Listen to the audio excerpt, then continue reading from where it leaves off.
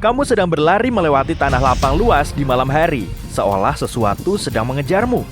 Cahaya bulan purnama menerangi jalanmu, dan kamu melihat lingkaran cahaya di sekeliling bulan. Kamu terus berlari, mencari tempat berteduh yang aman. Bukan karena manusia serigala yang kata orang suka muncul saat bulan purnama, tapi tempat ini akan segera menjadi pusat badai besar. Lingkaran yang mengelilingi bulan itu disebut halo, yang disebabkan oleh kristal-kristal es di langit. Saat purnama, bulan memantulkan banyak sinar matahari. Cahaya ini lalu menuju permukaan bumi. Tapi, lintasannya dibelokkan saat cahaya ini menembus kristal-kristal es. Hasilnya, kita melihat halo warna-warni, hampir mirip pelangi. Tepi dalam halo berwarna merah, dan tepi luarnya biru. Halo tampak cantik, tapi kehadiran es di awan berarti es itu akan segera mencair dan mulai turun ke tanah. Dan hujan yang terjadi akan sangat deras. Maka sebaiknya kamu mencari tempat berteduh secepatnya. Kalau cuaca cukup hangat dan awan lebih dekat ke tanah, kamu bisa melihat fenomena serupa, yakni korona. Ukurannya jauh lebih kecil daripada halo, tapi jauh lebih warna-warni. Cakram putih kebiruan di bagian dalamnya berubah menjadi merah kecoklatan di bagian luar. Tidak seperti halo, korona terjadi karena butiran air. Makin kecil butirannya, makin besar koronanya. Kalau butiran airnya besar, korona bakal kelihatan kayak titik terang sebesar bulan itu sendiri. Baik korona maupun halo bisa terjadi di siang hari saat matahari sedang bersinar. Tapi pastikan kamu memakai kacamata hitam sebelum memandangnya, karena cahayanya sangat terang dan tidak baik untuk mata. Begitu kamu nemu tempat bernaung, hujan mulai turun dengan derasnya. Wah, apa itu? Lagi ada foto-foto ya? Bukan, sinar yang baru kamu lihat itu kilat. Duar! Petirnya keras sekali. Sampai-sampai jendela rumah bergetar. Aku punya tips untuk mengetahui seberapa jauh kamu dari pusat badai. Saat kamu melihat kilat, mulailah menghitung. 1.000, 2.000, 3.000, dan seterusnya. Saat kamu mendengar petir, berhenti berhitung. Nah, sekarang bagi angkanya dengan 5. Kalau kamu bisa menghitung sampai 5, artinya pusat badai sekitar 1,5 kilometer jauhnya. Kalau kamu tidak dapat tempat berteduh saat badai mulai terjadi dan kamu terjebak di tempat terbuka, segera tinggalkan dataran tinggi. Gunung atau bukit adalah area berisiko tinggi. Jangan juga berteduh di bawah pohon. Benda-benda tinggi adalah target petir pertama. Tiang listrik juga berisiko. Jika badai petir terjadi saat kamu sedang bersepeda, langsung turun dari sepeda dan lari. Begitu juga kalau kamu sedang naik mobil terbuka, kereta golf, atau motor. Kalau badai mulai terjadi saat kamu di tempat terbuka, benda tertinggi di sana adalah dirimu. Tiaraplah dan coba tutupi dirimu. Kalau kamu tidak sendiri, coba jaga jarak satu sama lain. Sekarang mari kita kagumi indahnya matahari terbit. Kayak ada orang yang menuang cat merah di langit ya. Pemandangan indah ini artinya akan segera turun hujan. Kamu bisa melihat langit merah saat matahari terbit, sebab zona bertekanan tinggi baru saja melewatimu dan sekarang diikuti zona bertekanan rendah dengan kadar air tinggi di udara. Jadi, bawalah payung atau kembalilah ke tempat tidur hangatmu dan tetaplah di rumah. Ada ungkapan lama yang cocok untuk itu. Langit merah di pagi hari, pelaut berhati-hati. Langit merah di malam hari, pelaut suka hati. Kadang kamu juga bisa memprediksi hujan dengan menciumnya. Itu karena molekul ozon. Arus badai membawa ozon turun dari atmosfer bagian atas.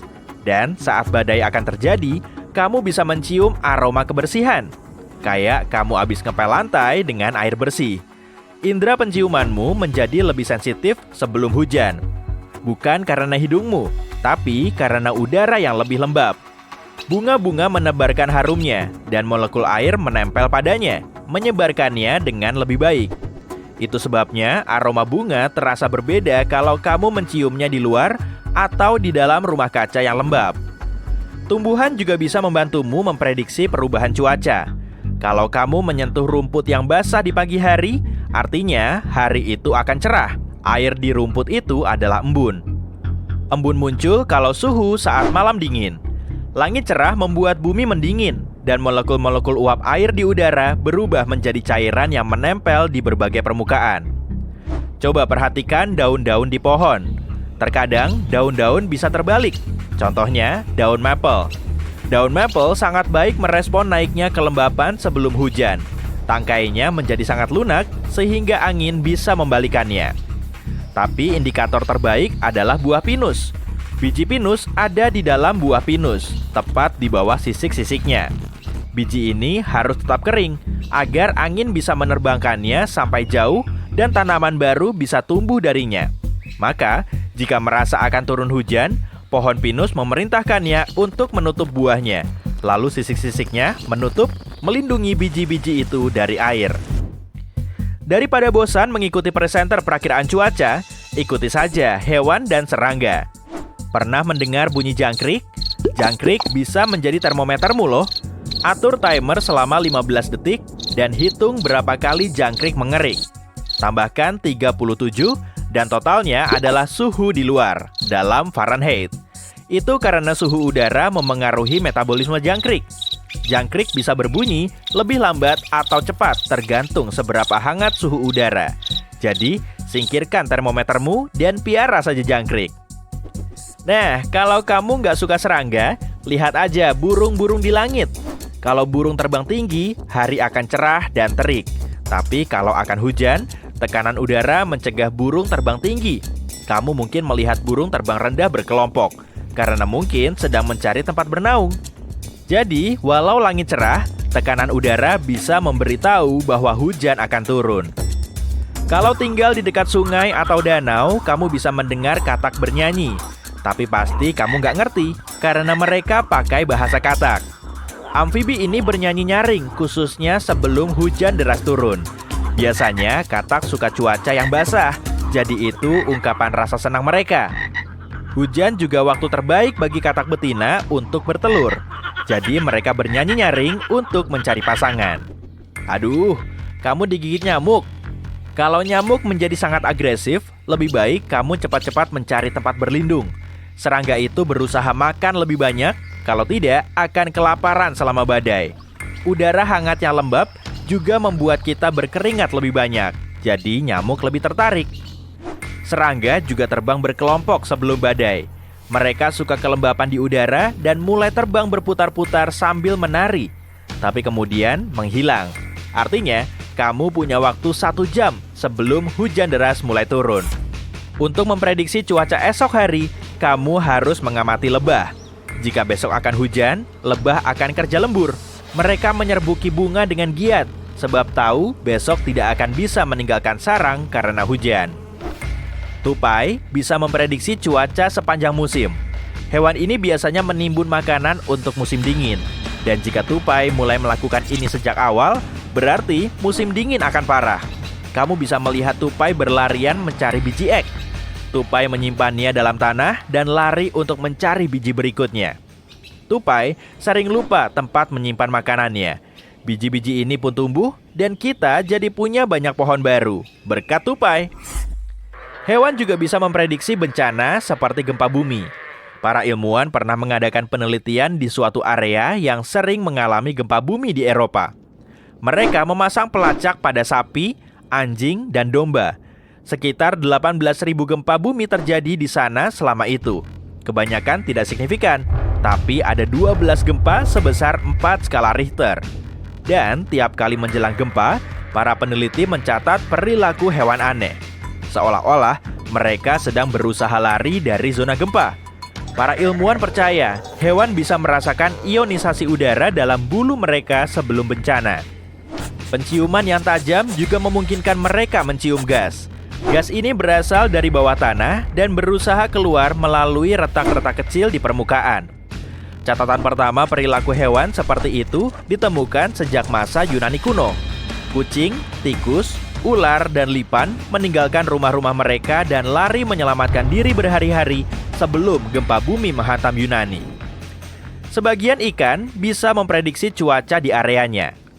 Kalau hiu berada di dekat pesisir, belum tentu dia lagi cari makan loh.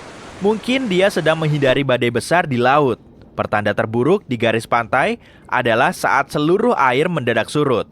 Kamu bisa melihat seluruh garis pantai dan bahkan ikan serta koral terdampar di darat.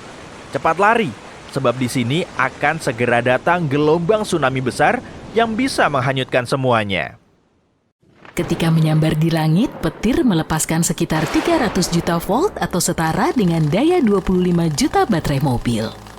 Ada yang mengatakan kamu lebih mungkin tersambar petir sekali seumur hidup dibanding memenangkan lotre. Statistik tampaknya membuktikan mitos urban ini karena setiap tahunnya ada sekitar 28 penduduk lokal Amerika Serikat yang tersambar petir. Infrastruktur dunia juga bisa terkena dampak petir. Hal ini karena petir biasanya mengincar struktur tertinggi di sekitarnya. Namun dalam kondisi tertentu, petir juga bisa menyambar lapangan terbuka. Jadi para ilmuwan bersama-sama menciptakan penangkal petir laser yang mungkin bisa membantu. Penemuan unik ini mungkin bisa membuat sambaran petir sedikit lebih mudah dikendalikan karena melindungi area yang jauh lebih luas daripada penangkal petir biasa dan juga fleksibel.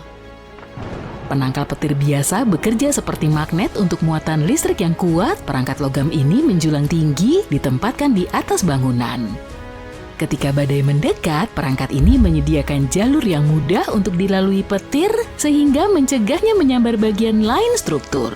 Logam ini juga terhubung ke tanah dengan konduktor seperti kabel yang membantu muatan listrik masuk ke dalam tanah dengan aman. Proses ini melindungi bangunan dan manusia di dalamnya dengan menjauhkan energi listrik. Kita sudah menggunakan penangkal petir selama 300 tahun terakhir berkat Benjamin Franklin, tapi alat ini tidak tahan terhadap kerusakan. Penangkal petir tidak bisa melindungi tempat yang luas seperti bandara. Hal ini karena jangkauan perlindungannya hanya mencakup area yang sebanding dengan tingginya. Disinilah penangkal petir baru yang lebih baik ini dapat membantu. Ketika ditembakkan ke langit, laser meninggalkan jejak udara super panas yang disebut plasma. Sama seperti pemahat yang mengukir sketsa di tanah liat, laser menciptakan saluran di udara. Saluran-saluran ini kemudian menjadi rute favorit baru bagi petir memandunya turun ke tanah. Metode baru ini telah diuji di pegunungan Alpen, Swiss pada tahun 2021 dan hasilnya cukup menjanjikan. Laser ini masih memiliki kekurangan, yaitu tidak selalu siap dan butuh peringatan. Itu karena laser harus diaktifkan sebelum petir menyambar, dan jika kamu terlambat sedetik saja, petir bisa menyambar. Selain itu, setelah laser berhenti, udara kehilangan konduktivitasnya dengan cepat. Ini berarti laser penangkal mungkin tidak punya cukup daya untuk memandu petir dengan aman. Solusi yang mungkin adalah memantau medan listrik di sekitar area tertentu dan memprediksi di mana petir akan menyambar. Meski begitu, penangkal petir baru ini masih butuh banyak pengujian dan banyak pendanaan. Badan Antariksa Eropa menemukan cara lain untuk memanfaatkan laser, yaitu mengubah debu bulan menjadi jalan. Misi eksplorasi bulan di masa depan akan menjadi lebih mudah jika sinar laser dapat melakukan pekerjaan berat ini, sehingga astronot dapat berkendara mengelilingi bulan. Penemuan ini juga bisa membantu mengatasi masalah rumit lainnya, yaitu debu bulan yang menempel di mana saja. Jalanan di bulan mungkin tampak terlalu muluk untuk saat ini karena kita belum mengunjungi satelit kita lagi sejak tahun 1972, tapi saat penjelajah antariksa di masa depan kembali mendarat, mereka tidak hanya berencana untuk berjalan kaki dalam jarak dekat. Akan lebih baik jika mereka bisa berkendara berkeliling untuk menjelajahi area yang lebih luas. Masalahnya debu bulan sangatlah kecil, kasar, dan lengket. Pada misi Apollo, debu ini menyumbat peralatan, mengikis pakaian antariksa, dan bahkan menyebabkan penjelajah bulan terlalu panas. Itulah kenapa para ilmuwan ingin menyorot simulasi debu bulan dengan laser. Proyek bertenaga laser ini menggunakan laser 12 kW untuk melelehkan simulasi debu bulan menjadi permukaan yang padat mengilap, cocok untuk jalan di bulan. Rencana ini bukan untuk mengirim laser besar ke bulan. Perangkat yang sedang mereka uji di bumi ini seperti pengganti matahari, meniru cahaya matahari di bulan. Idenya adalah memusatkan cahaya matahari dengan menggunakan lensa besar di permukaan bulan. Sejauh ini beberapa percobaan telah dilakukan dengan berbagai ukuran laser dan ternyata sinar dengan permukaan lebih luas membuat seluruh proses berjalan lebih mulus. Alih-alih menghasilkan bola-bola kecil, mereka mendapatkan lapisan stabil dari lelehan debu bulan yang lebih mudah dibentuk. Hasil yang didapatkan adalah bahan seperti kaca yang agak rapuh dan bisa menahan gaya ke bawah. Dan meskipun retak, itu bisa diperbaiki. Sinar laser digunakan untuk membuat bagian-bagian jalan berbentuk segitiga yang saling menyatu seperti potongan puzzle, membentuk permukaan kokoh di tanah bulan. Jika ini berjalan sesuai rencana, kita akan memiliki jalan di bulan yang terbuat dari segitiga yang saling bertautan. Jenis trotoar bulan yang unik ini bisa menjadi solusi untuk landasan pendaratan juga. Laser juga bisa bantu mengumpulkan informasi tentang peradaban yang telah lama hilang. Menemukan kota-kota suku Maya menjadi hal yang sulit bagi para peneliti yang menjelajahi semenanjung Yucatan di Meksiko. Selama bertahun-tahun, para ahli percaya tidak ada peradaban awal yang bisa berkembang di lingkungan yang keras seperti itu. Tapi kemajuan seperti teknologi pemetaan cahaya serta pemindaian laser menunjukkan hal ini mungkin tidak benar. Teknologi LiDAR dapat membantu para arkeolog, terutama di area yang sulit dijangkau secara fisik. Cara kerjanya seperti melengkapi komputer dengan sepasang mata, ini bekerja seperti senter yang memancarkan berkas cahaya kecil dalam bentuk laser yang berdenyut. Sinar ini memantul dari objek seperti pohon dan bangunan dan kembali ke senter. LiDAR mengukur berapa lama waktu yang dibutuhkan cahaya untuk kembali menciptakan peta lingkungan sekitar. Ketika mobil swakemudi atau robot ingin tahu di mana dia berada, dia menggunakan LiDAR untuk mengirimkan berkas cahaya ini. Dengan mengetahui waktu yang dibutuhkan cahaya untuk kembali dan di mana cahaya memantul, mobil atau robot bisa tahu apa yang ada di sekitarnya, membuatnya lebih aman untuk bergerak menembus kabut atau di malam hari tanpa menabrak apapun. Dengan teknologi ini, sebuah tim menemukan kota besar suku Maya, Okamton. Teknologi LiDAR membantu para peneliti memetakan dasar hutan dan mengungkap struktur tersembunyi. Tapi seseorang masih perlu memastikan temuan ini dengan berjalan kaki. Perjalanan menuju Okamton tidak terlalu sulit. Wilayah yang cukup jauh dari bandara terdekat ini sebagian besar belum pernah dijelajahi, hanya dapat diakses melalui jalur perburuan dan penebangan kayu lama. Medan yang lebat membuat rutenya menantang, tim butuh waktu hingga 2 minggu untuk menempuh jarak 48 km. Tapi upaya itu terbayar dengan terungkapnya struktur monumental seperti Akropolis besar serta bentuk-bentuk menarik yang menandakan pasar atau pusat budaya. LiDAR juga digunakan pada robot yang kita perlukan untuk menjelajahi planet lain. Ini akan memungkinkan robot yang kita kirim bisa melalui medan di sana tanpa petunjuk langsung dari manusia. LiDAR juga membantu kita lebih memahami lokasi terbaik untuk menempatkan panel surya sehingga lebih murah dan lebih cepat untuk memenuhi kebutuhan energi kita. Kita mungkin juga bisa menggunakan laser untuk memprediksi aktivitas gunung berapi. Struktur-struktur ini penuh dengan magma, yaitu batuan cair yang menyelinap ke atas dari bagian perut bumi. Ketika gunung berapi meletus, reaksi kimia terjadi, mengubah magma menjadi apa yang kita sebut lava. Para ahli di balik penggunaan laser baru ini menganggap magma sebagai kode komputer gunung berapi. Kode ini mengungkap informasi tentang bagaimana gunung berapi bisa meletus, itu karena tidak semua letusan membawa lava, dan kalaupun ada beberapa jenis lava yang berbeda tergantung pada seberapa encernya. Magma seperti campuran cairan, gas, dan kristal yang dikocok di dalam gunung berapi. Ada banyak elemen yang berperan sebelum gunung berapi meletus, sehingga sulit untuk mempelajari dan memahami reaksi kimia yang rumit itu. Untuk sedikit memahaminya, para ilmuwan menembak magma yang telah dingin, matriks batuan dengan laser.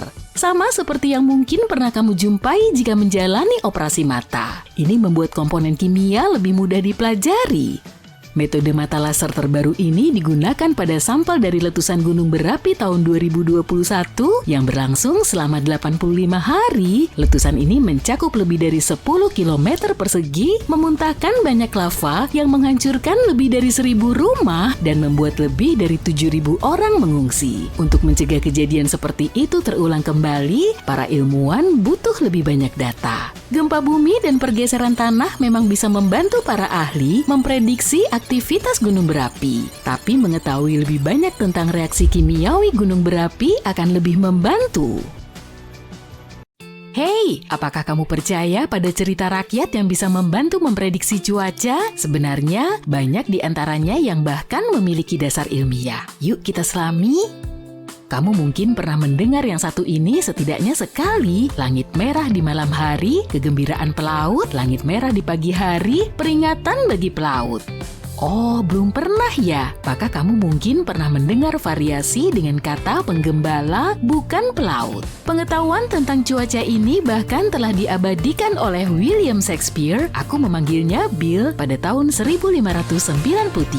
Dia menulis puisi Venus dan Adonis dan di dalamnya terdapat deskripsi tentang pengetahuan tentang langit merah. Ternyata Bill benar dan hal ini bisa dijelaskan.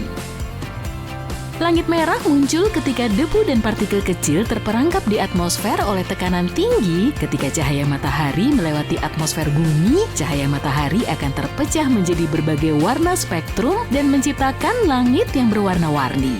Jika ada sistem tekanan tinggi, sistem ini dapat menjebak debu dan uap di atmosfer, menyebabkan cahaya biru menyebar dan hanya menyisakan warna merah. Jadi hal ini dapat mengindikasikan bahwa cuaca akan cerah dan tenang keesokan harinya, sedangkan langit merah di pagi hari dapat mengindikasikan bahwa badai akan datang.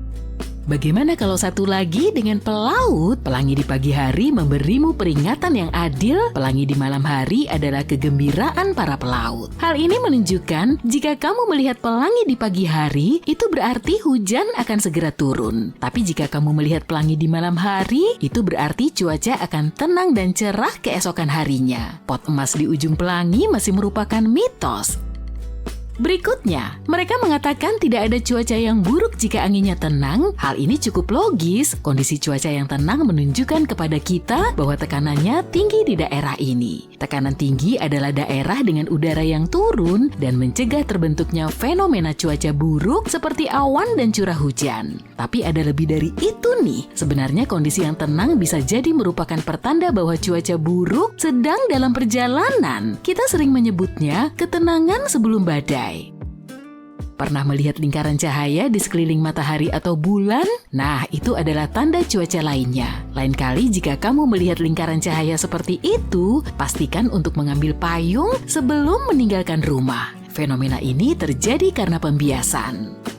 Matahari dan bulan memberikan cahaya meskipun dengan cara yang berbeda dan cahaya ini dibiaskan oleh kristal es di ketinggian. Ketika kamu melihat lingkaran cahaya, itu berarti kelembapan di atas sana sedang turun. Selain itu, lingkaran cahaya ini bisa berevolusi menjadi fenomena indah lainnya, yaitu langit susu. Langit susu masih jernih, tetapi warna biru yang khas agak terhanyut dan tampak agak pudar. Hari ini kita bisa mengecek ramalan cuaca di iPhone kita, tetapi berabad-abad yang lalu, orang perlu memiliki beberapa alternatif untuk dapat memprediksi cuaca. Ramalan cuaca pertama kali muncul sekitar tahun 650 sebelum Masehi. Saat itu orang Babilonia memprediksi cuaca menggunakan pola awan. Oh, itu ada yang lembut. Oh, ada yang gelap. Kita harus masuk ke dalam. Orang-orang harus menunggu selama berabad-abad untuk mendapatkan perakiraan cuaca secara massal. Prototipe pertama dari apa yang kita miliki saat ini muncul pada tahun 1835 dan itu berkat penemuan telegraf listrik.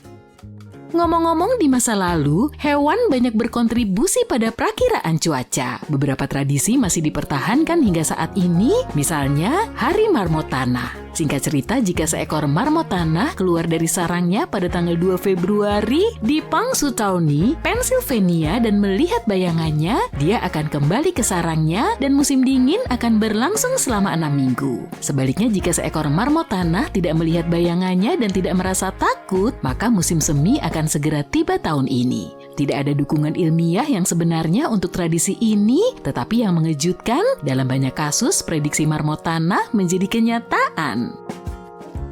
Sementara di Amerika Serikat, orang mendapatkan prediksi dari marmot tanah. Di Kroasia dan Serbia, orang menggunakan beruang untuk mengetahui apakah musim semi akan segera tiba. Pada tanggal 15 Februari, mereka melihat beruang bangun dari dormansi musim dingin, dan ini semua tentang bayangan lagi. Jika beruang bingung ketika melihat bayangannya sendiri, dia akan kembali ke sarangnya dan tidur selama 40 hari lagi. Sehingga ini memperpanjang musim dingin. Tapi jika hari ini mendung, itu adalah pertanda bahwa musim semi akan segera tiba. Mengenai si bodoh malang yang dipilih untuk membangunkan beruang, kurasa aku akan melewatkan kehormatan itu. Tidak seperti marmot tanah dan beruang, burung camar dapat membantu memprediksi cuaca buruk sepanjang tahun. Mereka mengatakan, burung camar bertengger di atas pasir. Tidak akan pernah ada cuaca bagus saat kamu berada di darat. Burung-burung ini cenderung tidur di atas air, jadi jika mereka merasakan angin yang bergejolak, mereka lebih memilih untuk tidak berjuang melawannya dan menghindarinya. Oleh karena itu, mereka hanya mendarat di pantai dan menunggu. Pinter ya? Hujan sebelum jam 7, cerah pada jam 11. Cukup umum sih, tetapi hanya sebagian yang benar. Terjadinya hujan pada larut malam dan dini hari mungkin disebabkan oleh lewatnya front cuaca. Tapi tidak 100% benar untuk mengasumsikan bahwa hujan di pagi hari adalah tanda bahwa sore hari akan kering. Dalam beberapa kasus, hujan badai yang terjadi pada sore hari dapat berlangsung hingga malam hari, menyebabkan hujan di pagi hari.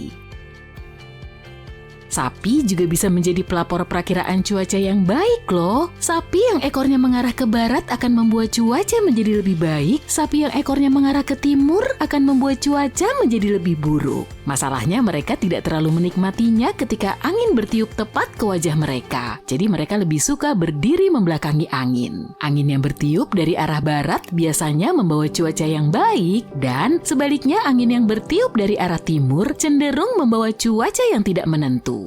Voila, sudah kubilang kan sapi itu keren. Jadi kalau kamu berada di padang rumput bersama sapi, kamu akan tahu bagaimana cuaca dalam beberapa jam ke depan, bahkan jika tidak ada sinyal dan kamu nggak bisa pakai ponsel. Jika tidak ada sapi, beruang, atau hewan lain yang peka terhadap cuaca, kamu bisa menggunakan bawang bombay. Iya, kamu nggak salah dengar. Bawang bombay pun bisa memprediksi cuaca, dan bawang bombay ini benar-benar memprediksi kondisi jangka panjang. Nih, sajak yang bagus. Kulit bawang bombay sangat tipis, cuaca ringan mulai datang. Kulit bawang bombay tebal dan keras, musim dingin yang akan datang terasa dingin dan kasar. Sepertinya nggak ada prediksi yang berhubungan dengan onion ring ya. Jika kamu ingin mendengar penjelasan ilmiah tentang hal ini, maaf, nggak akan ada. Faktanya para ilmuwan mengatakan bahwa sajak seperti itu telah bertahan dalam ujian waktu hanya karena satu alasan, yaitu ingatan selektif manusia. Kita cenderung mengingat hal-hal yang telah kita prediksi dengan benar, dan jika tidak, kita akan melupakannya. Pohon ek dan maple bisa membantu karena kemampuannya menggulung daun ketika kelembapannya sangat tinggi dan angin bertiup kencang. Jadi, ketika daun-daun mulai menggulung, itu tandanya akan turun hujan. Ternyata benar adanya loh, bahkan ada sajaknya. Ketika daun-daun menunjukkan bagian bawahnya, yakinlah bahwa hujan akan turun. Aku tahu, turun itu semacam sajak yang dipaksakan, tapi itu adalah sebuah kata, artinya terjadi. Oke, waktunya untuk melanjutkan. Yuk kita nggak usah mengungkit masalah-masalah yang udah berlalu. Ini kan bukan prediktor cuaca. Tahukah kamu bahwa kamu bahkan dapat menggunakan temanmu untuk memprediksi cuaca? Tubuh manusia memiliki lebih banyak fungsi daripada yang kamu bayangkan. Berikut adalah sajak pendek lainnya untuk membuktikan bahwa manusia memiliki kekuatan super. Misalnya, tubuh kita bisa memprediksi hujan. Aku mengenal para wanita dari skornya. Rambut yang meramalkan badai jauh sebelum mulai hujan. Rambut ikal mereka akan terkulai. Lihat, aku yakin kamu udah sering memperhatikannya dan bahkan mungkin berkorelasi bahwa rambut kita bisa bertingkah aneh ketika kelembapan meningkat. Rambut bisa memanjang karena udara yang lembab dan rambut keriting alami bisa terkulai. Rambut yang lurus secara alami, sebaliknya, bahkan bisa sedikit menggulung. Kalau kamu memiliki rambut pirang, kamu bahkan lebih kuat dalam meramalkan hujan karena rambut pirang lebih sensitif terhadap kelembapan. Yuk ke prediksi yang lebih tepat. Memprediksi cuaca memang keren, tapi gimana dengan memprediksi suhu? Kamu bisa mengetahui suhu dengan menghitung kicauan jangkrik. Mereka adalah termometer yang cukup akurat. Saat cuaca hangat, mereka berkicau lebih cepat. Saat cuaca dingin, kicauannya menjadi lebih lambat. Inilah yang perlu kamu lakukan untuk mendapatkan suhu. Hitung kicauan mereka selama 14 detik, tambahkan 40 ke jumlah kicauan yang dihasilkan. Sekarang ada penafian, jangkrik hanya bekerja dalam Fahrenheit. Untuk Celsius, kamu harus melakukan beberapa perhitungan ekstra. Meskipun tidak semua ramalan cuaca selalu akurat, tapi ini bisa menjadi cara yang menyenangkan untuk memprediksi cuaca dan terhubung dengan alam. Sementara itu, rambutku mulai kusut nih, jadi aku ambil payung dulu ya. Pada beberapa malam, saat langit di atas badai petir dahsyat tampak cerah, kamu bisa melihat elves, gnome, troll, atau blue jet. Blue jet terdengar aneh di sini bukan? Tapi kita tidak sedang membahas soal dongeng. Ini semua adalah jenis kilatan petir yang berbeda yang sebagian besar terlihat sangat tinggi di atas awan badai petir yang mengamuk. Kita ambil contoh sprite merah. Ini adalah kilatan cahaya yang muncul di atas badai petir yang muncul berkelompok. Kilatan ini jarang terjadi karena hanya disebabkan jenis petir khusus yang disebut sambaran awan ke tanah bermuatan positif. Muatan positif dipindahkan dari awan badai petir ke tanah sewaktu petir menyambar. Jenis petir ini hanya 10% dari seluruh sambaran petir. Selama lebih dari 1 abad, banyak yang percaya kilatan ini hanyalah legenda urban. Orang-orang melihatnya sesekali, tapi kilatannya begitu singkat, sehingga meskipun kamu cukup beruntung untuk melihatnya, kamu nggak punya cukup waktu untuk memanggil orang lain untuk menyaksikan fenomena ini juga. Bahkan ketika para ilmuwan atau pilot terpandang membicarakannya, komunitas ilmiah kebanyakan mengabaikannya. Pada tahun 1989, sesuatu yang aneh terjadi. Para peneliti dari University of Minnesota berhasil merekam sprite ini. Itulah awal mulanya orang-orang di seluruh dunia mulai membagikan video dan foto-foto sprite merah. Sprite merah bisa bermula dari bola berukuran 100 meter yang terbentuk dari udara yang terionisasi. Bola-bola ini melesat turun dari ketinggian sekitar 80 km dengan kecepatan 10% kecepatan cahaya. Para peneliti pun gak hanya mempelajari kilat yang meluncur dari awan mengamuk, tapi juga kilatan warna-warni yang melesat ke angkasa. Jadi, listrik merambat ke ionosfer yang bermuatan listrik dan pada saat bersamaan, listrik tersebut meluncur ke tanah. Sprite merah memiliki beragam bentuk, contohnya sprite ubur-ubur yang besar ini. Terkadang ukurannya bisa mencapai 77 km persegi. Kamu mungkin juga melihat sprite wortel atau sprite kolom, keduanya mirip, hanya saja sprite wortel memiliki sulur-sulur panjang, bagian bawah sulur biasanya berwarna biru, sedangkan bagian atasnya berwarna merah. Pada tanggal 22 Agustus 2022, kita berhasil mengambil beberapa foto memukau berupa garis-garis merah terang di langit di atas Gurun Atacama di Chili. Garis-garis itu dikelilingi cahaya lain yang lebih besar berwarna kehijauan. Inilah yang disebut air glow dan hanya bisa dilihat dengan jelas saat tidak ada polusi cahaya. Itu adalah kondisi saat kita menggunakan terlalu banyak cahaya buatan. Selain itu, cahaya buatan juga nggak memungkinkan kita untuk mengamati bintang dan benda-benda langit lainnya yang seharusnya bisa terlihat di langit. Air glow ini terbentuk karena adanya atom-atom nitrogen dan oksigen di atmosfer kita. Sinar matahari menghilangkan elektron pada atom-atom ini di siang hari, kemudian perlahan atom-atom ini bergabung kembali dengan elektron-elektronnya dan itulah proses yang menyebabkannya berpendar. Bagaimana kita bisa melihat sprite merah? Pertama, kita harus menemukan badai petir yang luas. Badai ini lebih sering terjadi selama musim panas dan musim semi, contohnya pada bulan Juni. Tentu saja Sprite bisa muncul kapan saja jika ada badai cukup kuat dengan petir di permukaan tanah. Idealnya, langit harus jernih dan sangat gelap tanpa cahaya bulan yang terang dan badai harus berjarak sekitar 160 hingga 322 km. Dengan begitu, awan gak akan menghalangi langit dan kita mendapat jarak pandang yang lebih baik. Dalam skenario yang sempurna, badai akan bergerak di sepanjang cakrawala yang jauh sehingga kita bisa melihat semua yang ada di atas awan. Kita bisa melacak badai menggunakan radar cuaca. Mata kita perlu waktu untuk beradaptasi dengan kegelapan di sekitar, tunggulah sekitar 20 hingga 30 menit. Arahkan pandangan ke atas awan dan usahakan jangan melihat awan secara langsung. Abaikan kilatan petirnya, Sprite akan muncul mungkin sekali dalam setiap 200 sambaran petir.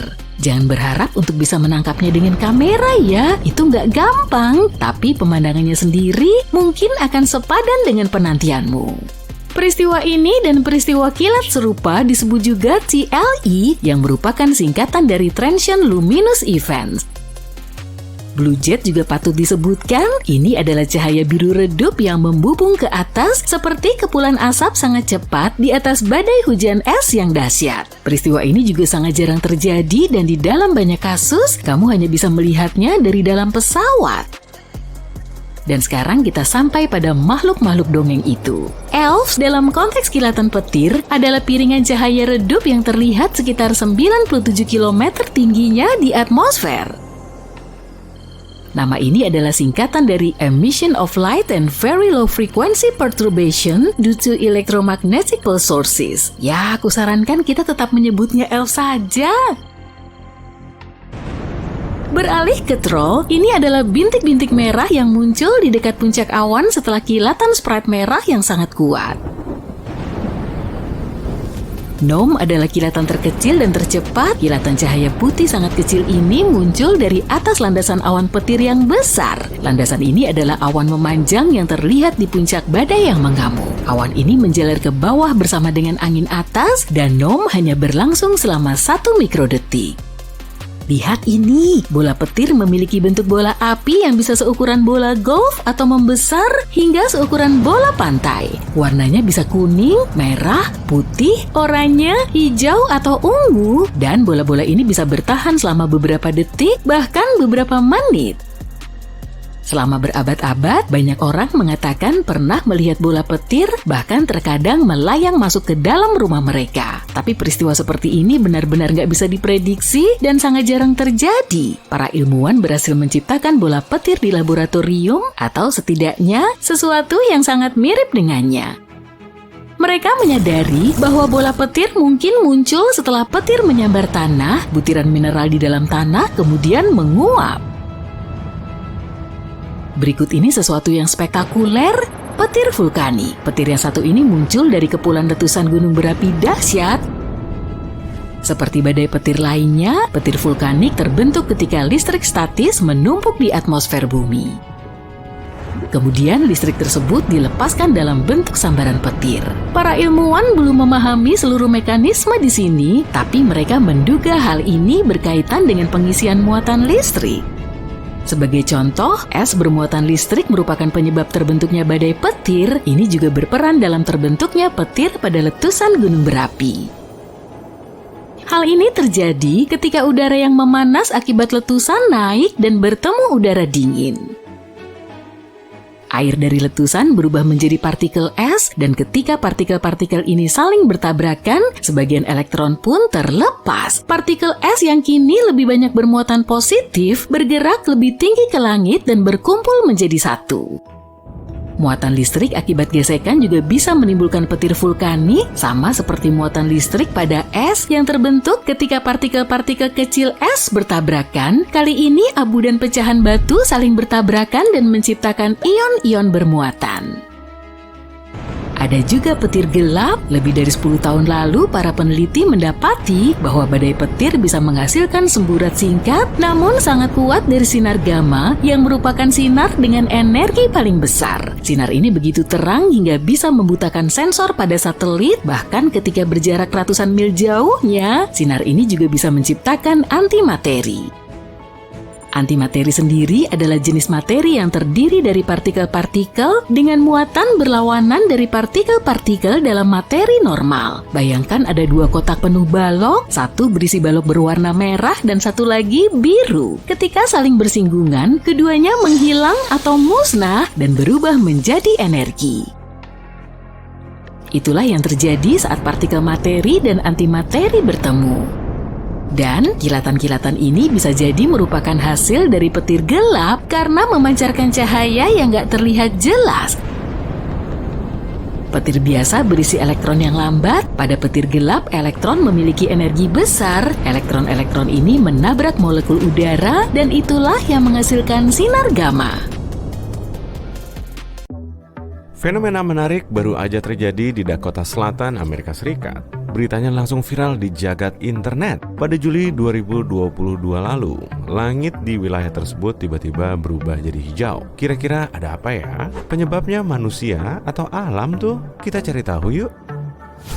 Selasa, 5 Juli 2022, sesaat setelah terjadi badai besar, langit Dakota Selatan, Amerika Serikat masih mendung. Kemudian, penduduk lokal menyaksikan langit berwarna hijau pekat yang belum pernah mereka lihat. Ada yang bilang fenomena ini mirip banget kayak setting di film sci-fi atau horor.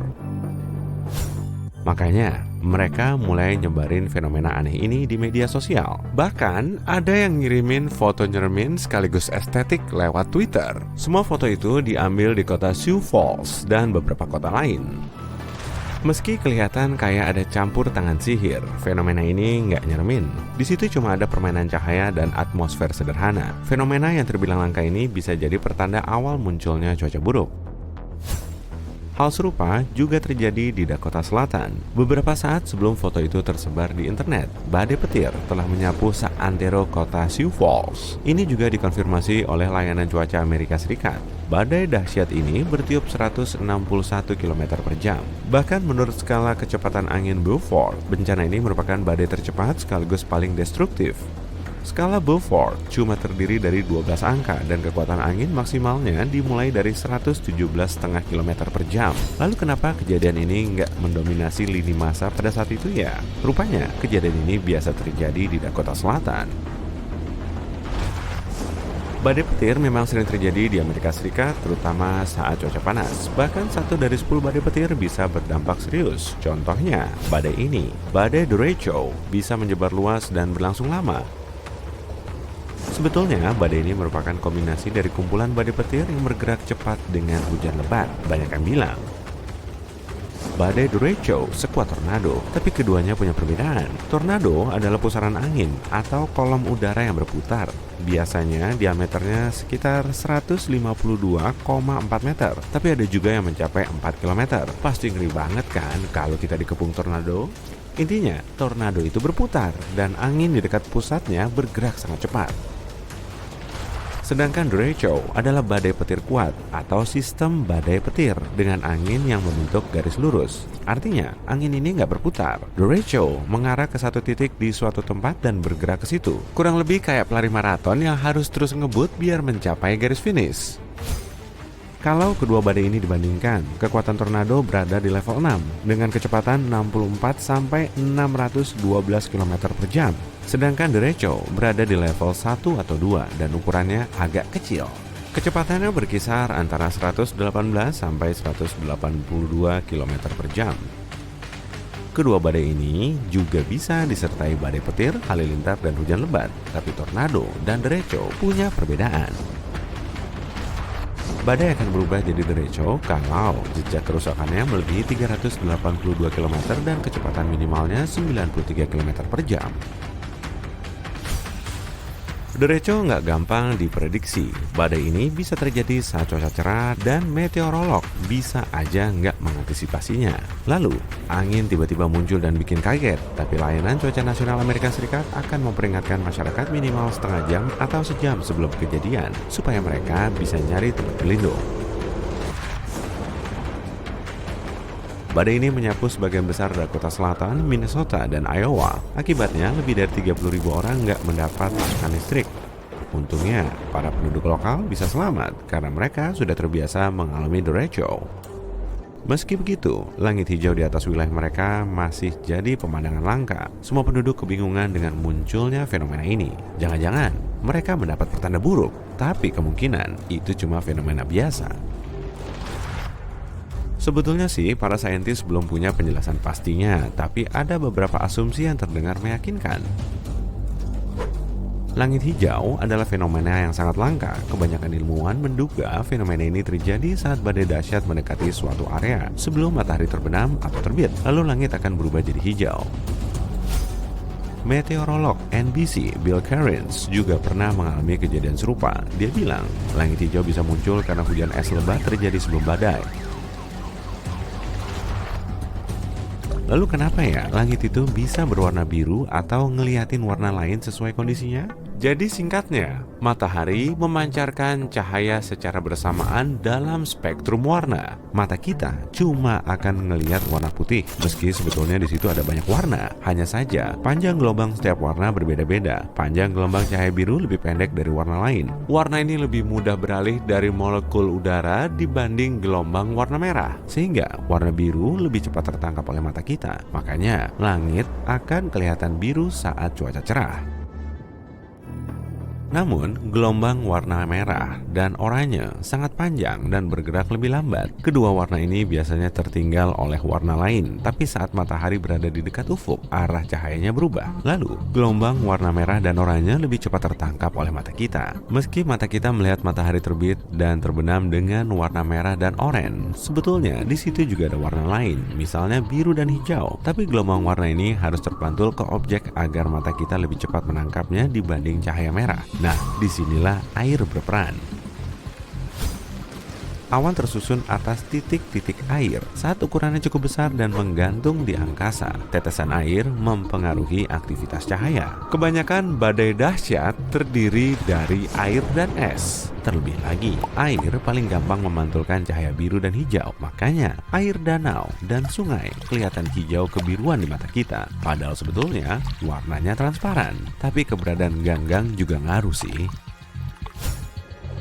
Ada beberapa faktor kunci yang menyebabkan langit berwarna hijau. Matahari harus berada di dekat ufuk. Saat awan badai mendekat, sisi langit harus cerah. Tapi, harus ada sedikit celah untuk sinar matahari. Lalu, cahaya biru samar-samar akan beralih ke awan badai. Cahaya biru ini kemudian dipantulkan oleh tetesan air dan es. Selanjutnya, cahaya ini berpadu dengan warna merah khas matahari terbenam dan berubah jadi cahaya hijau cerah. Warna inilah yang menyebar ke sisi langit. Makanya, dalam banyak kejadian, langit hijau ini cuma bisa diamati di sore hari. Tapi ada juga yang terjadi di siang bolong karena kondisinya sangat spesifik. Kejadian ini jadi makin langka. Nah, kalau kamu kebetulan ngelihat langit hijau kayak gini, nggak usah langsung panik ya. Langit hijau nggak selalu disertai badai dahsyat kok. Peluangnya memang tinggi, tapi nggak ada yang tahu pasti. Bisa aja badai ini cuma dibarengi hujan deras. Jadi, sebaiknya segera cari tempat berlindung kalau kamu melihat langit hijau. Dan kalau kamu beruntung, kamu juga bisa menyaksikan langit cantik ini dari tempat yang aman. Fenomena ini memang sangat langka dan unik. Sebagian orang juga bilang, langit hijau ini adalah fenomena paling memukau yang pernah mereka lihat. Yuk kita ke Timur Tengah. Ada gurun pasir luas di sini dan kondisinya benar-benar gelap, kecuali satu tempat. Sebuah lingkaran besar yang bersinar dengan cahaya oranye terang. Itulah kawah Darvaza yang merupakan kawah gas raksasa. Bertahun-tahun yang lalu, para ahli geologi menemukan gas di sini dan mulai menambangnya. Tapi saat menggali, mereka menemukan rongga kosong di bawah tanah. Rongga itu runtuh dan membentuk kawah. Kawah itu lebarnya setengah lapangan sepak bola dan sedalam gedung 5 lantai. Gas pun mulai keluar dari celah-celah kawah. Dan karena hewan-hewan sering merumput di area ini, para ahli memutuskan membakar aliran gas ini untuk menghabiskan sumbernya. Para ahli mengira api akan padam dalam 1 atau 2 hari. Tapi kalau kamu datang ke sini sekarang, kamu akan melihat tempat yang disebut gerbang neraka ini masih menyala. Dan itu sudah berlangsung selama hampir 50 tahun. Pada tahun 2013, seorang pria turun ke dasar kawah yang terbakar untuk pertama kalinya. Dia mengumpulkan berbagai macam sampel di sana, dan para ilmuwan berhasil menemukan bakteri yang tidak ditemukan di tempat lain di bumi. Bakteri itu cukup nyaman berada di dasar kawah yang menyala tanpa henti. Pada tahun 2009, seorang pria di L'Aquila, Italia, melihat kerlap-kerlip lampu di atas jalan batu. Dia langsung tahu harus apa dan memindahkan keluarganya ke tempat yang lebih aman. Hanya beberapa detik kemudian, gempa bumi berkekuatan 8,3 skala Richter menghantam seluruh wilayah tersebut. Pengetahuannya tentang cahaya-cahaya aneh itu menyelamatkan nyawanya dan keluarganya. Jadi, apa sebenarnya peringatan misterius itu? Selama berabad-abad, orang-orang menafsirkan cahaya-cahaya itu sebagai sesuatu yang mistis. Komunitas ilmiah tidak menanggapi serius dan menganggapnya sebagai ingatan yang salah, tipuan pikiran, atau imajinasi belaka. Dengan diperkenalkannya kamera pengintai dan ponsel pintar, jumlah bukti bertambah banyak. Sekarang kaitannya sudah jelas. Cahaya muncul, lalu gempa bumi terjadi. Jadi, para ahli akhirnya mulai menanggapinya dengan serius dan mulai menggali kebenarannya. Tapi setelah bertahun-tahun melakukan penelitian, sampai hari ini para ahli geologi masih belum sepenuhnya yakin apa sebenarnya sumber cahaya itu. Tapi mereka telah mengenali 5 jenisnya. Kilatan terang yang menerangi langit terlihat seperti kilat badai atau lampu kilat kamera yang sangat terang. Sinar di langit yang dapat terlihat seperti kolom cahaya. Api dengan ukuran berbeda yang keluar dari dalam tanah. Cahaya yang menyebar di atas gunung. Dan bola cahaya yang bergerak lambat yang bisa disalahartikan sebagai bola petir, yaitu sebuah fenomena atmosfer lain yang juga tidak banyak dipahami. Bola petir bisa melayang dan meledak meninggalkan bau belerang. Tapi tidak seperti bola petir, cahaya gempa berbentuk bola ini tampaknya tidak berbahaya. Itu kalau nggak memperhitungkan yang terjadi setelahnya ya. Tapi dengan semua jenis cahaya ini, para ahli tidak bisa memastikan kaitannya dengan gempa bumi. Cahaya-cahaya ini tak hanya muncul sebelum gempa. Beberapa dilaporkan muncul selama dan setelah terjadi gempa. Cahaya ini juga bisa muncul bersamaan dengan fenomena lain, seperti tabrakan meteorit, letusan gunung berapi, maupun aurora. Untuk saat ini, para ilmuwan hanya bisa mengemukakan teori untuk menjelaskan hal-hal yang tidak bisa dijelaskan. Salah satu teori yang baru-baru ini muncul menyatakan bahwa cahaya-cahaya itu adalah kabel listrik yang terputus saat terjadi gempa bumi. Tapi teori ini tidak menjelaskan bagaimana fenomena itu terlihat ratusan atau bahkan ribuan tahun yang lalu. Seperti kisah Tiongkok kuno tentang awan berbentuk seperti naga yang muncul di langit sebagai peringatan akan terjadinya gempa bumi. Atau bagaimana sejarawan Romawi kuno melaporkan adanya cahaya besar seperti api yang muncul sebelum gempa bumi besar terjadi. Teori kabel listrik dengan cepat ditepis.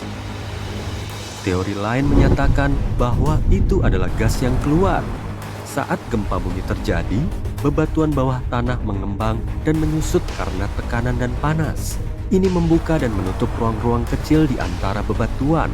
Berbagai macam gas keluar melalui celah-celah baru ini. Radon misalnya, bisa dilepaskan selama aktivitas seismik. Radon bisa mengionisasi udara yang membuatnya bermuatan listrik. Tapi radon tidak cukup untuk menciptakan percikan cahaya terang. Teori ini hampir mendekati, tapi masih kurang tepat. Salah satu teori yang paling diterima adalah bahwa cahaya itu mungkin berasal dari listrik yang mengalir keluar dari bawah tanah. Ketika batuan beku bawah tanah yang terbentuk dari magma jauh di dalam bumi mengalami tekanan, batuan itu melepaskan oksigen yang terionisasi atau bermuatan listrik. Oksigen ini bergerak melalui permukaan tanah dan naik ke atmosfer, lalu tercipta medan listrik lokal. Ini bisa menghasilkan kilatan cahaya yang singkat. Beberapa bahkan tidak terjadi secepat itu dan bisa berlangsung selama beberapa menit. Oke, kita lanjut. Kamu sudah mengemudi berjam-jam sepanjang malam. Kamu tidak sempat tidur, sehingga otakmu sudah kelelahan. kamu menghentikan mobil dan keluar untuk meregangkan badan. Lalu, kamu memandang ke langit dan melihat matahari terbit yang indah. Hoi, tunggu, ada 3 matahari di langit tuh. Kamu mengucek mata. Tapi masih ada 3 bintang terang di langit. Tidak, bintang induk kita tidak terbelah menjadi 3. Bintang ini juga tidak dikunjungi oleh 2 bintang lain. Ini disebut matahari semu. Peristiwa ini biasanya terjadi saat musim dingin yang sangat dingin. Kristal-kristal es kecil di langit membelokkan cahaya. Akibatnya, kamu akan melihat 3 titik terang di langit, bukan hanya 1. Fenomena ini secara resmi disebut halo. Biasanya, halo hanya berupa lingkaran di sekeliling matahari. Kamu juga bisa melihat halo di malam hari. Lihat saja lampu jalan dan kamu akan melihat lingkaran terang di sekelilingnya. Terkadang, halo bisa berbentuk lebih unik. Jika ada banyak es di udara, cahayanya akan semakin melengkung, persis seperti di ruangan berisi banyak cermin. Saat itu, halo bisa berbentuk seperti mata manusia.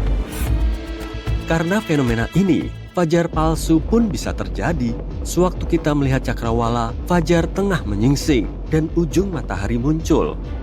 Sedikit lagi dan tunggu, matahari mulai menghilang di langit. Setelah beberapa saat, hari kembali gelap dan baru semenit kemudian, matahari yang sesungguhnya menampakkan diri. Itu adalah efek lengkungan cahaya yang sama seperti pada fenomena 3 matahari sebelumnya. Hanya saja, kali ini cahayanya melengkung secara vertikal, bukan horizontal. Dan alih-alih matahari yang sesungguhnya, yang tampak adalah pantulannya dalam kristal es di langit. Oke, lanjut. Awan ini terlihat seperti dinosaurus, dan yang ini terlihat seperti kucing. Dan ini, wah, sepertinya awan ini akan runtuh. Ternyata itu cuma awan mamatus. Bentuknya benar-benar bikin terlihat seperti gumpalan awan yang mau menghantam tanah. Memang sih, itu nggak mungkin, tapi sebaiknya kamu mulai cari tempat berlindung. Awan semacam itu adalah tanda akan datangnya badai petir yang dahsyat. Dibutuhkan banyak udara lembab dengan kristal es di bagian atas dan udara kering di bagian bawah untuk menciptakan awan semacam itu.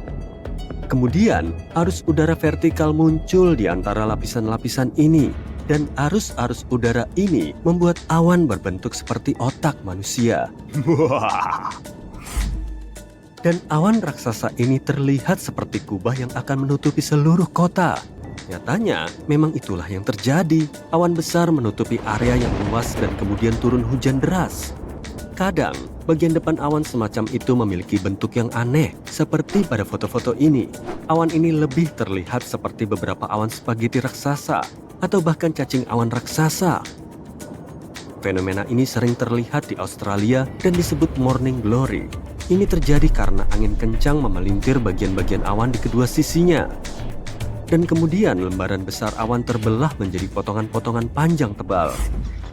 Kadang kita bisa melihat awan di langit yang terdiri dari burung-burung. Wow, awan itu bergerak dengan cepat dan berubah bentuk. Awan itu menjadi lebih transparan, tapi kemudian menjadi lebih tebal dan lebih gelap lagi. Burung-burung itu seperti sedang melakukan tarian atau pertunjukan. Tapi mereka tidak melakukannya untuk keindahan maupun kerumunan penonton yang berkumpul di bawah. Mereka melakukannya sebagai bentuk perlindungan. Ketika burung-burung berkelompok membentuk seperti awan, mereka mengintimidasi burung pemangsa. Seekor elang akan kesulitan untuk memilih satu target di antara sekian banyak burung, dan mereka bergerak dengan cepat, saling melindungi satu sama lain. Ikan-ikan pun bergerombol dalam kelompok-kelompok dengan cara yang sama. Awan seperti itu mungkin saja membuat predator yang lapar ketakutan. Ambil kacamata hitam dan kamu siap untuk melihat ini. Fenomena ini berlangsung sekitar 40 menit. Ini adalah awan yang sama yang kadang bisa menimbulkan lingkaran menyeramkan di sekeliling bulan di malam hari. Alam mengirimkan tanda-tanda awal bencana dengan berbagai cara. Contohnya pohon berbentuk J yang bisa berarti akan terjadi tanah longsor. Karena tanah bergerak dengan lambat, pohon-pohonnya tumbuh menjadi bentuk yang sangat bagus untuk selfie. Cobalah untuk mencari area yang datar dan hindari mendekati pohon apapun, kecuali jika kamu punya kekuatan super. Fenomena mistis lainnya dapat dilihat di gurun pasir, yaitu air terjun pasir. Ketika angin membawa banyak pasir ke tepi ngarai, pasir tersebut akan mulai berjatuhan. Sekarang perkuat efek ini 100 kali lipat dan terbentuklah air terjun pasir di Arab Saudi. Ini benar-benar seperti air terjun Niagara. Hanya saja tidak ada air setetes pun. Penduduk setempat mengatakan bahwa fenomena ini merupakan pertanda akan datangnya badai pasir.